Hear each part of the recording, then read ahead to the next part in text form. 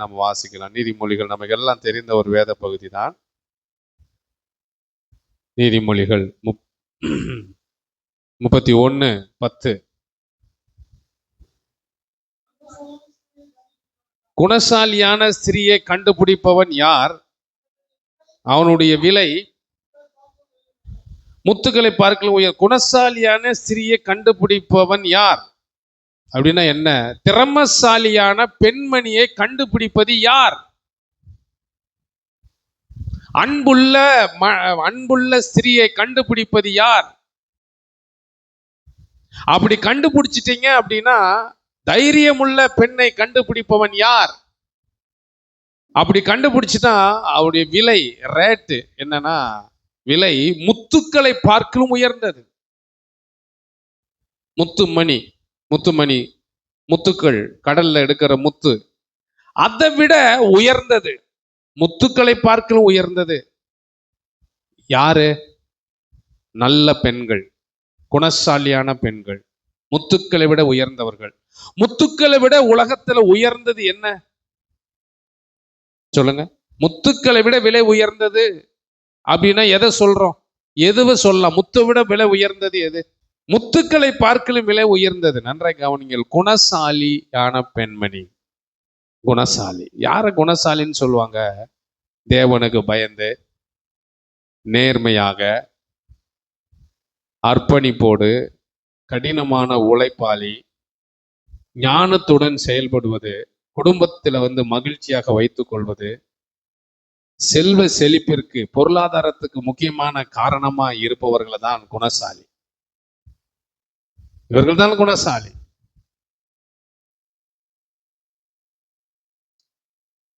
இப்படிப்பட்ட பெண்மணிதர்களால் தன் குடும்பத்தால் புகழப்படுவார்கள். தன் குடும்பத்தால் புகழப்படுவார்கள். அவங்க கிட்ட இருக்க வேண்டியது முத்துக்களை பார்க்கலும் விலை உயர்ந்தது. பைபிள் நமக்கு சொல்லப்பட்டிருக்கிறது. நீதிமொழிகள் 8:11. நல்ல கவனி. முத்துக்களை பார்க்கிலும், ஆமா, முத்தை விட விலை உயர்ந்தது என்னன்னா ஞானம். அப்போ குணசாலியான ஸ்திரியை கண்டுபிடிப்பவன் அவளுடைய விலை முத்துக்களை பார்க்க உயர்ந்ததுன்னா ஞானம் உள்ள பெண்மணியாக இருக்க வேண்டும். 20:15 நீதிமொழிகள் 20:15 சொல்லப்பட்டிருக்கு. வாசிக்கலாம். பொன்னும் மிகுதியான முத்துக்களும் உண்டு, அறிவுள்ள உதடுகளோ விலை உயர்ந்த ரத்தினம். நல்ல ஞானம், புத்தி, அறிவு உள்ளவர்களை தான் வேதாகமம் குணசாலியான ஸ்திரீ என்று சொல்லுகிறது. சொல்லுங்க, எது எது இருக்கணும்? குணசாலியான பெண்ணுக்கு என்ன இருக்கணும்? ஞானம், அறிவு, புத்தி. இவங்க 3 இருந்தாதான் குணசாலி. இல்லைன்னா எது இந்த லிஸ்ட்லயும் வராது. குணசாலி லிஸ்ட்ல வராது. அது எந்த லிஸ்ட்ல போயிருன்னா, அடங்காதவள், வாயாடி, அப்படிலாம் பைபிள்ல சொல்லப்பட்டிருக்கிறது. அப்படி லிஸ்ட்ல போயிடும். ஆனால் பெண்களுக்கு என்று சிறப்பு தன்மையை தேவன் கொடுத்திருக்கிறார். பெண்களுக்கு தைரியத்தை கொடுத்திருக்கிறார். பெண்களாய் பிறந்தவர்கள் பெண்கள் செய்ய வேண்டிய வேலையை நீங்க ஈஸியா செஞ்சிடலாம். அது உங்களுக்கு கொடுக்கப்பட்ட கிருபை. நீங்க ஈஸியா செய்யலாம். காலையில எந்திரிச்சோடனே சமைக்கிறது உங்களுக்கு ரொம்ப ஈஸி. பாத்திரம் எவ்வளவு வந்தாலும் அதை கழுவுவது உங்களுக்கு ரொம்ப லெகுவானது. வீட்டை பெருக்குவது உங்களுக்கு லெகுவானது. வீட்டை துடைப்பது, வீட்டை பராமரிப்பது, துணி துவைப்பது, அதெல்லாம் பார்க்கறது, அதெல்லாம் உங்களுக்கு ரொம்ப எளிது. ஆனா எங்க கிட்ட நீங்க சொன்னீங்க அப்படின்னா எங்களுக்கு அது ரொம்ப கஷ்டம். பெண்களாய் பிறந்தவர்கள் இந்த வேலையெல்லாம் செய்வது ரொம்ப ரொம்ப ஈஸி.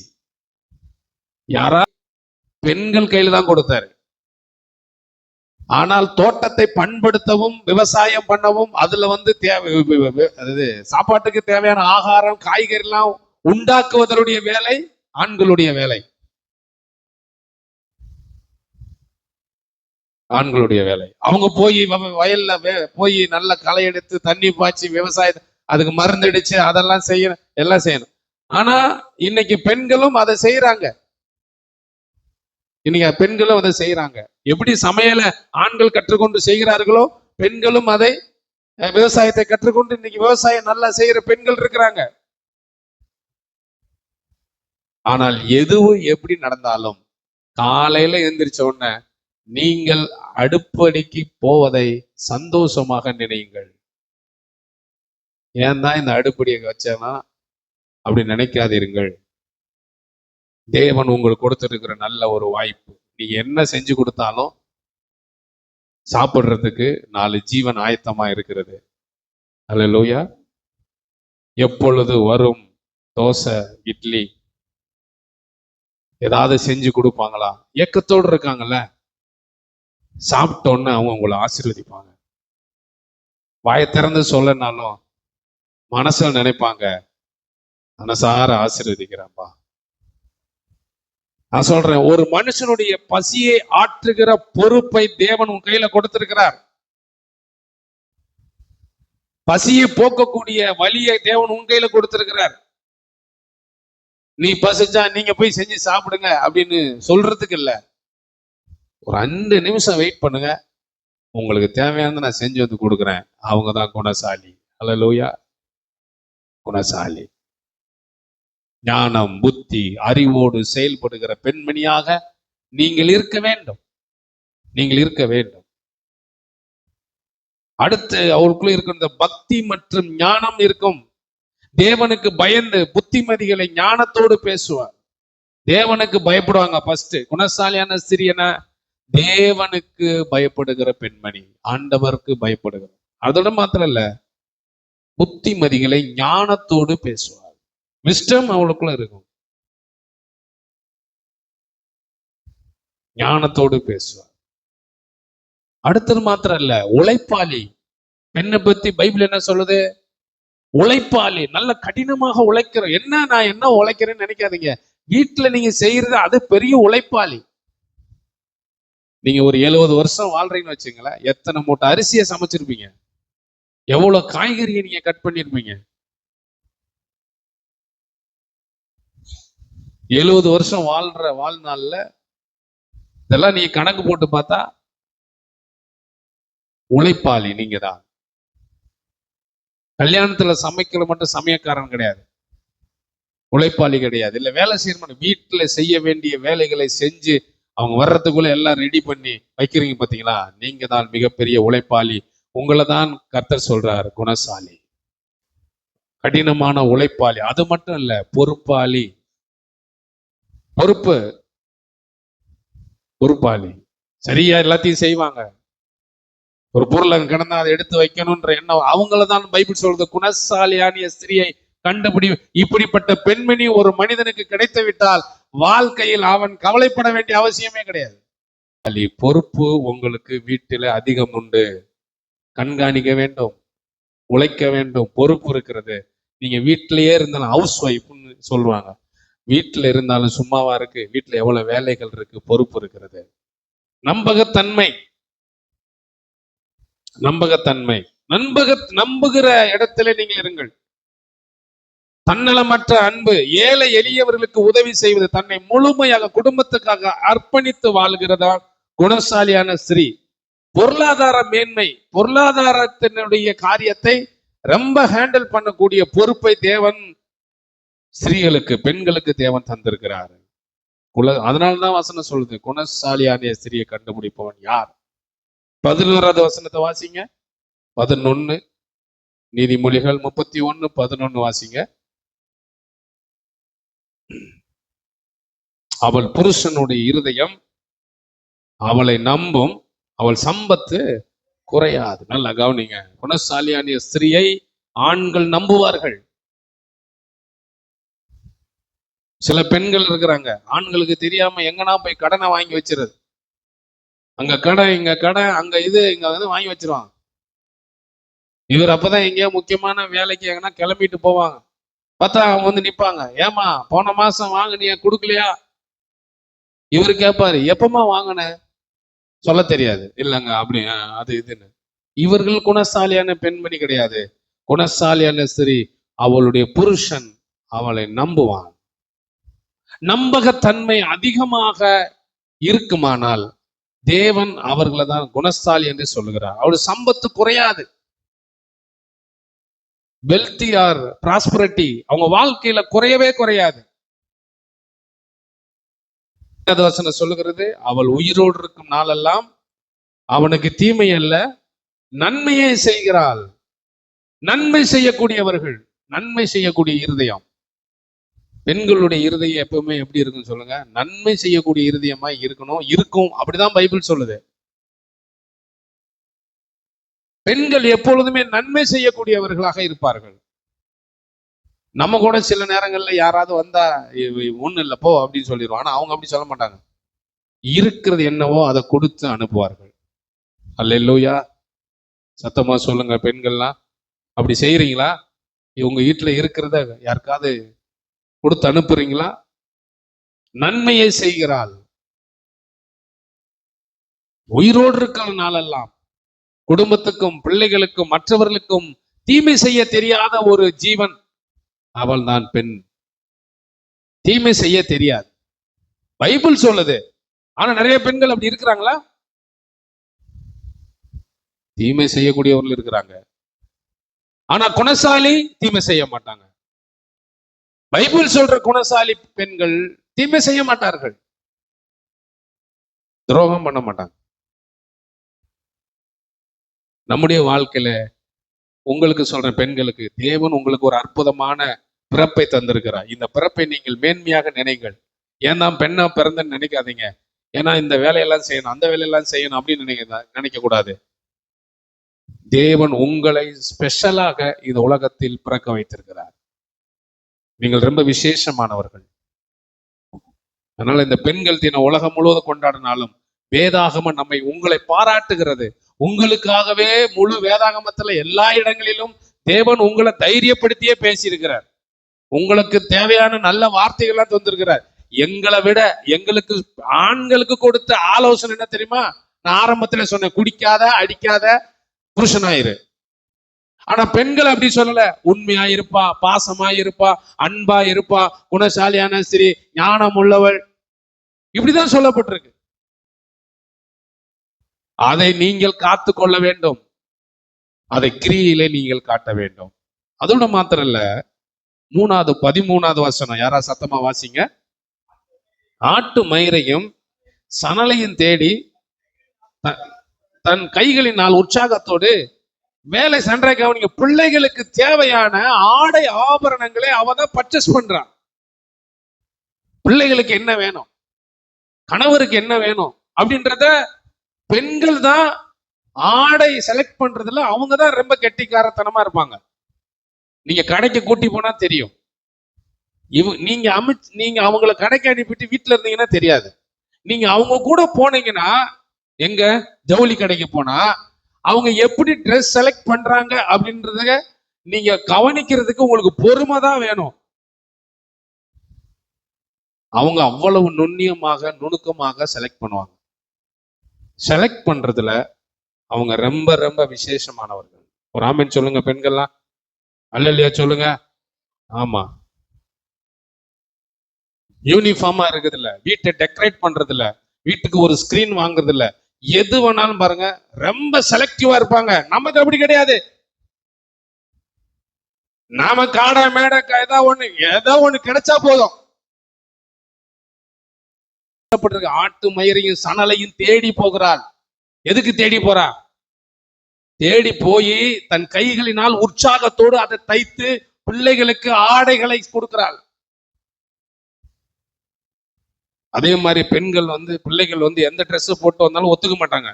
எங்கேயாவது கிளம்பும் போது பிள்ளைங்களே அழுது அது நம்ம கிட்ட கேட்க, ஏப்பா இது நல்லா தானப்பா இருக்கு, அம்மா இது வேணான்றாங்க. அவர் என்ன சொல்லுகிறாரோ அதன்படி செய்யுங்கள். ஏன்னா செலக்ட் அவங்களுக்கு தான் தெரியும், இந்த ட்ரெஸ்ஸை வெளில போட்டு போலாமா போட்டு போக கூடாதா என்பது அவங்களுக்கு தெரியும். அதனால செலக்ட் பண்றதுல பைபிள் சொல்லுது, நீங்க ரொம்ப ரொம்ப ஸ்பெஷல், ரொம்ப ஸ்பெஷல். அதனால அவங்க தான் குணசாலியான பெண். வேலையை செலக்ட் பண்றதா இருந்தாலும், எதை நீங்க செலக்ட் பண்றதா இருந்தாலும் நீங்க ரொம்ப கெட்டிக்காரத்தனமா செலக்ட் பண்ணுவீங்க.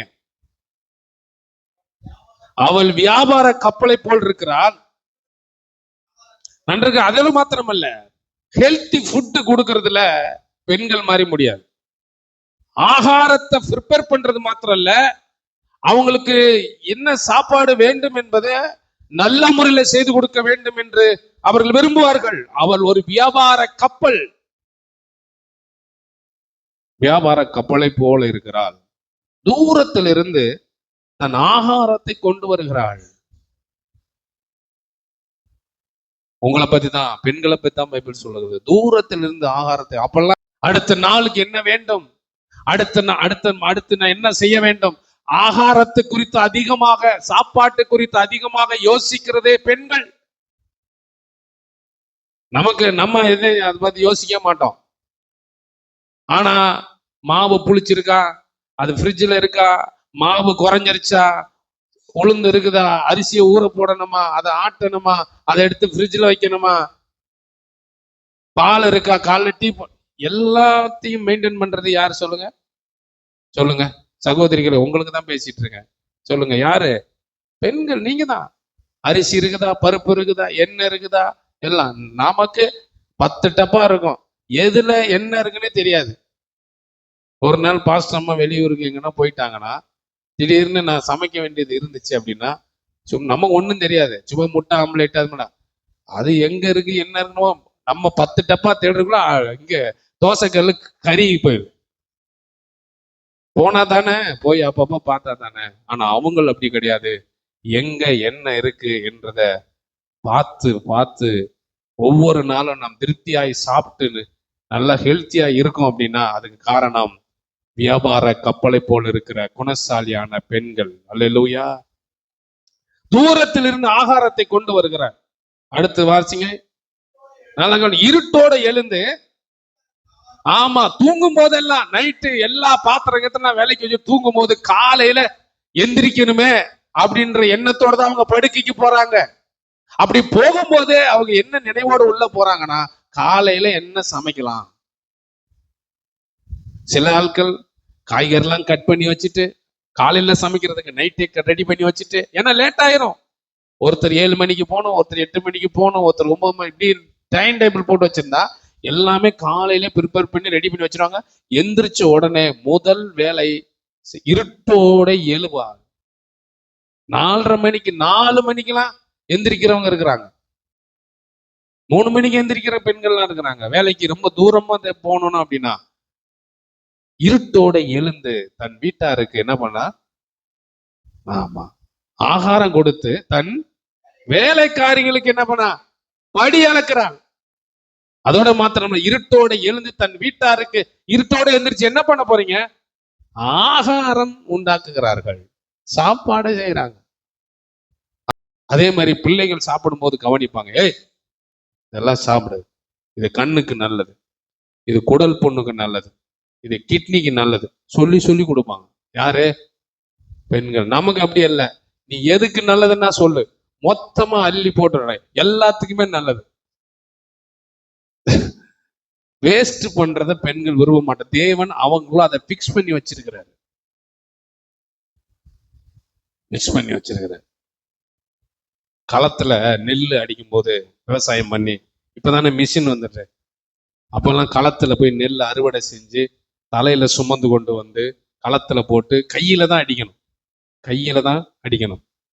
கையில் அடிக்கும் போது சில நெல் கருக்காயோட சேர்ந்து இந்த மண்ணோட அந்த கல்லோட சேர்ந்து இருக்கும், மிக்ஸ் ஆகிருக்கும். அதுக்குன்னு பெண்கள் ஒரு ஜல்லடை வச்சிருப்பாங்க. அதை ஆண்கள் செய்ய மாட்டாங்க. ஆண்கள் செய்யறது என்ன தெரியுமா, தலை மேல நல்லா கட்டிட்டு இந்த மாதிரி ஓலை பெட்டி இருக்கும், அதுல நெல் அடிக்கிட்டு இப்படியே இப்படி இப்படி தள்ளி விட்டுட்டே போவாங்க. காத்துல அது அந்த கருக்கா போயிடும். பெண்கள் அப்படி கிடையாது. தள்ளிட்டு அந்த சுலகம் எடுத்து இப்படி ஒரு வீசு, இப்படி ஒரு வீசு, மித்ததெல்லாம் நீ பாத்துக்க. அவங்க உக்காந்து ஜலிச்சு அந்த கல்லை எடுத்து போட்டு நைட்டு ஆனா கூட அங்கேயே உட்காந்துருப்பாங்க. ஒவ்வொரு நெற்களுக்கும் உழைப்பு இருக்கிறது அதுக்குள்ள என்று அந்த பெண்களுக்கு தெரியும். அல்லேலூயா. அது தெரியும். அதனாலதான் வசனம் சொல்லுது, இருட்டோடு எழுந்து தன் வீட்டாருக்காக ஆகாரம் கொடுக்கிறார், தன் வேலைக்காரிகளுக்கும் படி அளக்கிறார். 16 வசனம். நல்லா ஒரு வயலை விசாரித்து அதை வாங்குகிறாள், தன் கைகளின் சம்பாத்தியத்தினால், நன்றா கவனிங்கள், எவ்வளவு திறமையை கொடுத்திருக்கிறார் பாருங்க உங்களுக்கு ஆண்டவர். நீங்க என்ன நினைக்கிறீங்க? நான் ஏன் தான் பிறந்தேனோ அப்படின்னு நினைக்கிறீங்க? குணசாலியான பெண்களை உங்களை வேதம் எப்படி பார்க்க? ஒரு வயலை விசாரித்து அதை வாங்குகிறாள் அப்படின்னா என்ன? போய் ஒரு வயல்ல விவசாயம் பண்ணி அந்த வயல்ல விசாரி எப்படி, என்ன என்ன என்ன விளைச்சல் இருக்கு, என்ன வந்திருக்கு, என்ன பண்றீங்க அப்படின்னு எல்லாவற்றையும் கேட்டு விசாரிக்கிறார்.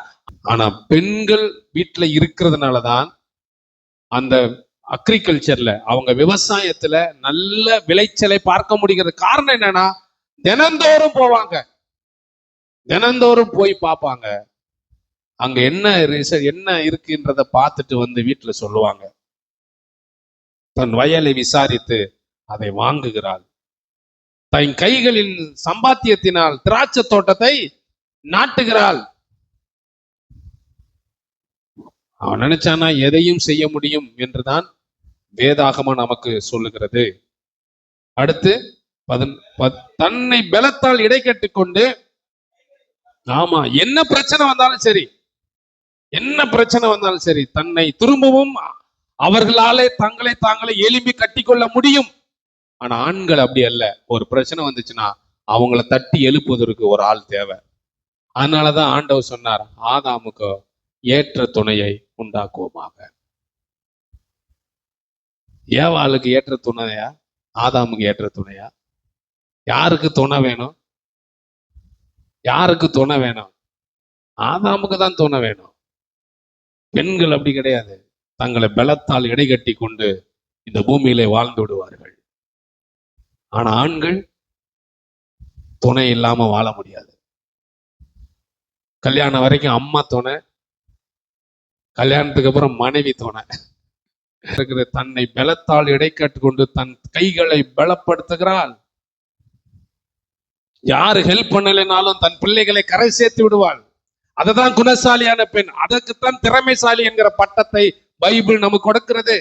தன்னைத்தானே பலத்தால் இடைக்கட்டி கொள்ளக்கூடிய திறமை, தன்னைத்தானே தைரியப்படுத்திக் கொள்ளக்கூடிய திறமை பெண்களுக்கு இருக்கிறது. பைபிள் நமக்கு அதை தான் சுட்டி காண்பிக்கிறது. 18 அறிந்திருக்கிறார். நல்ல தன் வியாபாரம் பிரயோஜனம் உள்ளது என்றார். அப்படின்னா என்ன? நான் வாழ்கிறது பிரயோஜனம் என்று அவள் தெரிந்திருக்கிறாள். அதோட மாத்திரமல்ல, இரவில் அவளுடைய வினக்கு அணையாதிருக்கும். நைட்ல தூங்குனா கூட அவருடைய நினைவெல்லாம் எங்க இருக்குன்னா, பிள்ளைகளை குறித்தும் எதிர்காலத்தை குறித்தும், பிள்ளைகளுக்கு செய்ய வேண்டிய காரியத்தை குறித்தும், நாளைக்கு வேலைக்கு போய் என்ன செய்ய வேண்டும் என்பதை குறித்து தான் இருக்கும். இரவுல கூட விளக்கு அணையாதிருக்கும். யோசனைகள் எல்லாம் வாழ்க்கையில சாதிக்க வேண்டும், எதையாவது ஒன்றை நான் சாதித்து காட்ட வேண்டும் என்கிற ஆசையும் ஆர்வமும் பெண் பிள்ளைகளிடத்துலதான், பெண்களிடத்துலதான் அதிகமாக இருக்கும். ஆண்களை விட பெண் பிள்ளைகள் இடத்துல அதிகமா இருக்கும். அவங்க நினைச்சதை செய்யணும்னு நினைப்பாங்க, சாதிக்கணும்னு நினைப்பாங்க. வைக்கிறாள், நல்ல தன் கைகளை ராட்டினத்திலே வைக்கிறாள். அவள் விரல்கள் கதிரை பிடிக்கும். அப்படின்னா என்ன? அறுவடை செய்வதோ எந்த வேலையை செய்வதா இருந்தாலும் நல்ல திறமையாக எல்லா வேலையும் செய்யக்கூடிய தைரியத்தை தேவன் தந்திருக்கிறார். அடுத்து ஏழைகளுக்கு தன் கரங்களை நீட்டுகிறாள். நல்ல கவனிங்க, குணசாலியான பெண்மணி பெண்களுக்கு இருக்கக்கூடியதான காரியத்தை இங்க சொல்லப்படும். சிறுமையான தன் கைகளை திறந்து ஏழைகளுக்கு தன் கரங்களை நீட்டுகிறாள். அடுத்தது தன் வீட்டார் அனைவரும் இரட்டை புரை உடுப்பாய் இருக்கிறதுனால் தன் வீட்டார் நிமித்தம் குளிருக்கு பயப்படாள். அடுத்தது வாசிங்க. தன் ரத்தின கம்பளங்களை தனக்கு உண்டு பண்ணுகிறாள். அவள் உடுப்பு. அடுத்தது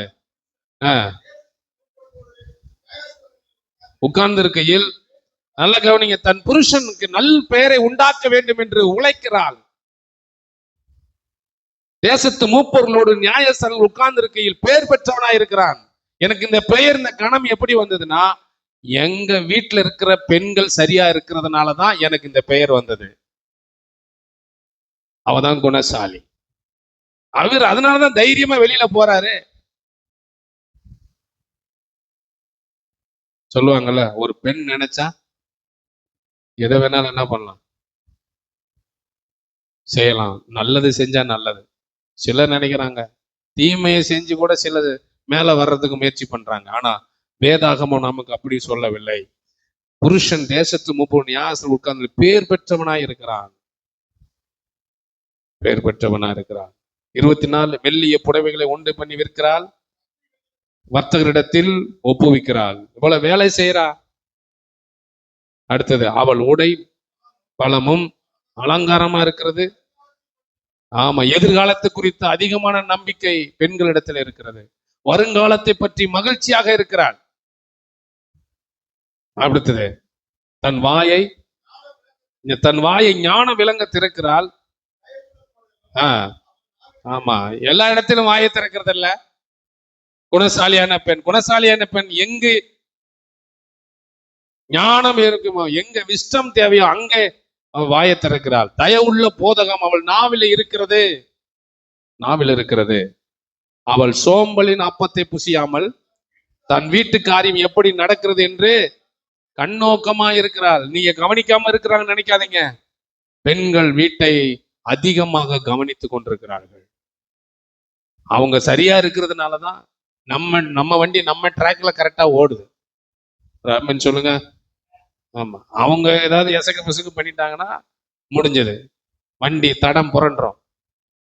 இதுதான் சொல்லப்பட்டிருக்கு. அவள் சோம்பலின் அப்பத்தை பூசியாமல் தன் வீட்டு காரியம் எப்படி நடக்கிறது என்று கண்ணோக்கமாய் இருக்கிறாள். வீட்டுல பிள்ளைங்க எப்படி இருக்கிறாங்க, மற்றவங்க எல்லாம் எப்படி இருக்கிறாங்கன்னு கண்ணோக்கமாய் பார்த்து கொண்டே இருக்கிறாள். அவ்வளவு ஈஸியா யாரையும் நம்ப மாட்டாங்க. யாரு அதிகமா நம்ப மாட்டாங்க? பெண்கள். ஆனா நம்பிட்டாங்கன்னா உயிரையும் கொடுப்பாங்க. சீக்கிரமா நம்ப மாட்டாங்க, கொஞ்சம் தயங்குவாங்க. ஆனா ஆண்கள் அப்படி கிடையாது, எல்லாரையும் நம்பிடுறது. இல்ல அது என்ன மாதிரி ஆளு அதெல்லாம் தெரியாது. சோத்திரம் பிரதர், நல்லா இருக்கீங்களா அப்படின்னு சொன்னா போதும், நம்பிடுறது. பெண்கள் அப்படி கிடையாது, பைபிள் சொல்லுது. அவர் சோம்பலின் அப்பத்தை பூசிக்க தன் வீட்டு காரியம் எப்படி நடக்குது என்று கண்ணோக்கமாய் இருக்கிறார்.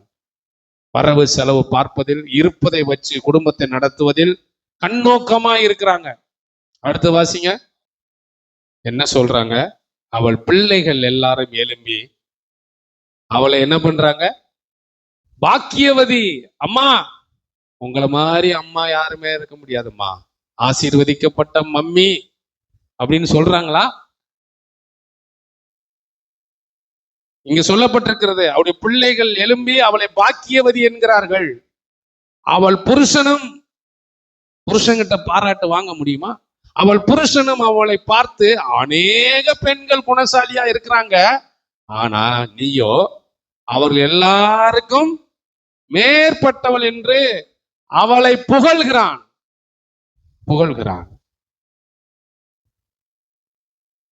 இவர்கள் தான் வேதம் சொல்லுகிற குணசாலியான பெண்கள். சௌந்தரியம் வஞ்சனை உள்ளது, அழகு வீண், கர்த்தருக்கு பயப்படுகிற ஸ்திரியே புகழப்படுவாள். அவள் கைகளின் பலனை அவளுக்கு கொடுங்கள், அவளுடைய செய்களின் வாசல்கள் அவளை புகழ கடவுது. என்னன்னா, அவள் கைகளின் பலனை அவளுக்கு கொடுங்கள். அவங்க சின்னதா எது செஞ்சாலும் அந்த பலனை அவங்களுக்கு வார்த்தையினால சொல்லுங்க. நல்லா இருந்துச்சு, நீ நல்லா பண்ண, நல்லா செஞ்சீங்க. பெண்மணியுடைய குணாதிசயம் என்ன? பிள்ளைகள் பாக்கியவதி என்று சொல்லணும். வீட்டில் இருக்கிறவங்க மற்றவங்களாம் நிறைய பெண்களை நான் பார்த்துருக்கிறேன், நீங்க அதை விட ரொம்ப ஸ்பெஷல் அப்படின்னு சொல்லணும். அதோட மாத்திரமல்ல, கர்த்தருக்கு பயப்படுகிற ஸ்திரீயாக இருக்க வேண்டும். அவர்கள் தான் பைபிள் சொல்கிறது குணசாலியான ஸ்திரீ. இந்த பெண்கள் தினத்துல நாம கற்றுக்கும் பெண்களுக்கு நான் விசேஷமா சொல்றது, தேவன் உங்களை ரொம்ப கனப்படுத்துறார். அந்த கணத்தை நீங்க சரியா ஹேண்டில் பண்ணுங்க. உங்களுக்கு இவ்வளவு திறமையை தந்திருக்கிறார், இவ்வளவு காரியத்தை செய்வதற்கு உங்களுக்கு உத்வேகத்தை கொடுத்திருக்கிறார். அழகு வீண், ஒரு நாள் அழகெல்லாம் மாறிப்போம். கர்த்தருக்கு பயப்படுகிற ஸ்திரீதான் புகழப்படுகிற பெண்மணி. அப்படி நம்ம பிள்ளைகளை வளர்த்து குடும்பத்தை நடத்தி தேவனுக்கு பயப்படுகிற பயத்தோடு நாம் வாழ்வோமானால் கர்த்தர் நிச்சயமாக நமக்கு இன்னும் தீர்க்க ஆயுசையும் பலனையும் தந்து நம்மை ஆசீர்வதித்து நடத்துவார்.